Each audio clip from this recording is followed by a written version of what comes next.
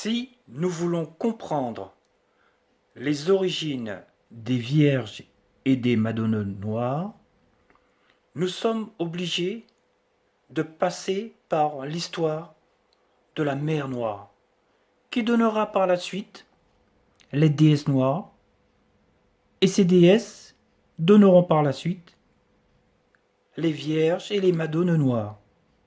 Principalement la déesse Isis,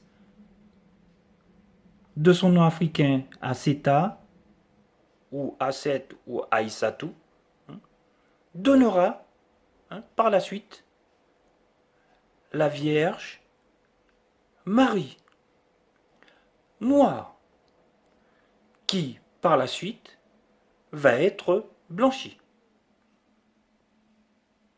Il faut bien dire que le débat sur les origines des civilisations est marqué par une inquiétude chez l'homme blanc arien que la civilisation du monde puisse être rattachée à l'Afrique.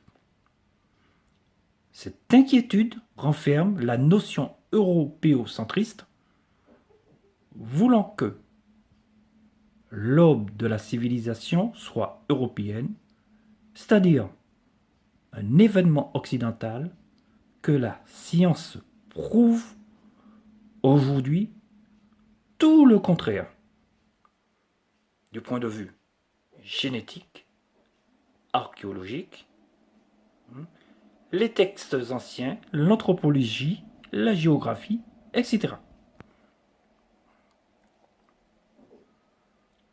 Selon des preuves archéologiques irréfutables, nous savons aujourd'hui que Dieu, en tant que potentat unique et masculin, n'a pas toujours existé.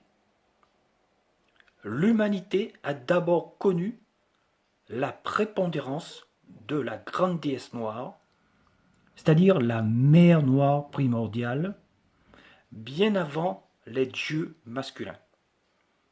Donc, Dieu fut d'abord déesse. La première fois que la divinité, en d'autres termes, fut représentée avec le visage humain, eh bien, cette divinité était femme et noire. La très belle mère génétique de chacun de nous est africaine et noire. Elle est la plus ancienne divinité que nous connaissons. L'Afrique est le berceau du genre Homo, le berceau des êtres humains modernes, les Homo sapiens sapiens. Au Paléolithique, les signes de notre plus ancienne mère étaient la couleur rouge ocre, symbolisant le sang de l'accouchement et les menstruations. Et le vœu pubien. Le V pubien. Tous les deux représentés dans les grottes africaines. Les valeurs de la mer Noire primordiale étaient la justice et la résistance contre l'injustice, l'égalité, plus précisément l'équité, et le respect de la terre et de ses créatures, entre autres, le respect de la vie. Après 50 000 ans avant Jésus-Christ, des migrants africains emportèrent ces signes et les croyances en la mer Noire vers les autres continents. L'origine africaine de la divinité mère de la préhistoire était évidente pour le grand savant sénégalais Cheikh Anta Diop.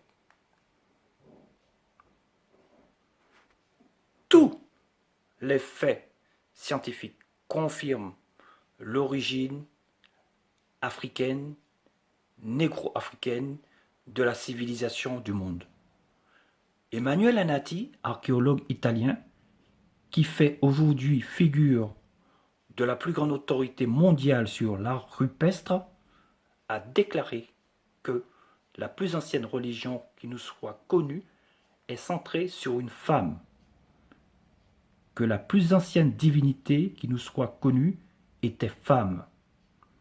Je cite, « Chacun de nous descend de cet être, de cet ancêtre commun. »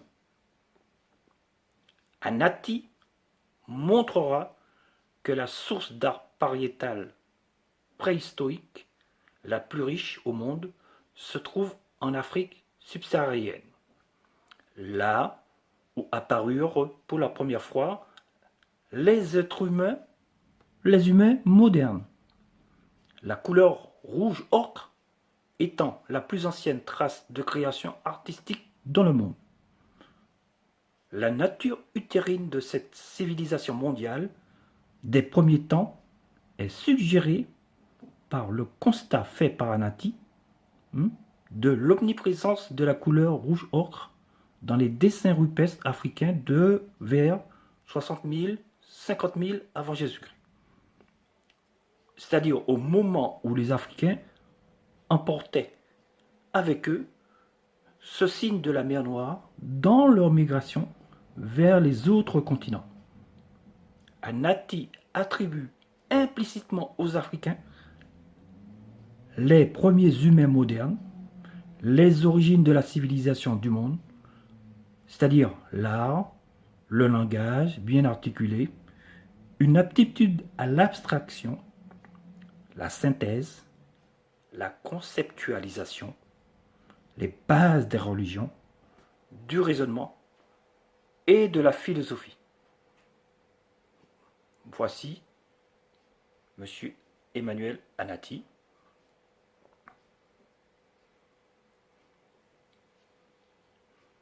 Dans les années 80-90,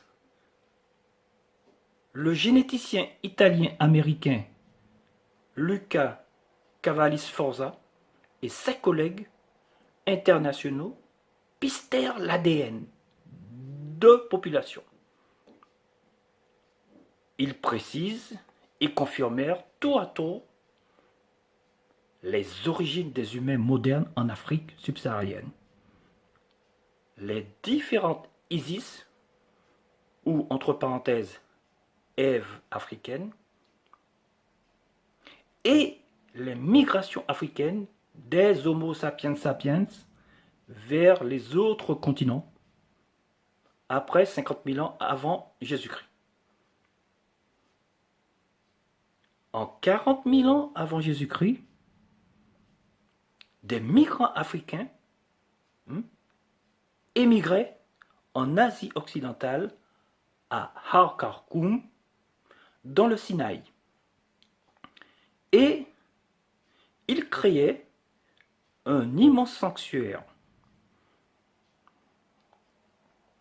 Donc, bien avant Moïse, il y avait sous le mont Sinaï des activités religieuses. Plus tard, ce sanctuaire africain deviendra le lieu fondateur du judaïsme, du christianisme, judéo-chrétien, et de l'islam. Les regards de ces migrants ont toujours été tournés vers une divinité féminine noire. En son honneur, des sanctuaires de Vierges noires lui seront érigés durant l'ère chrétienne.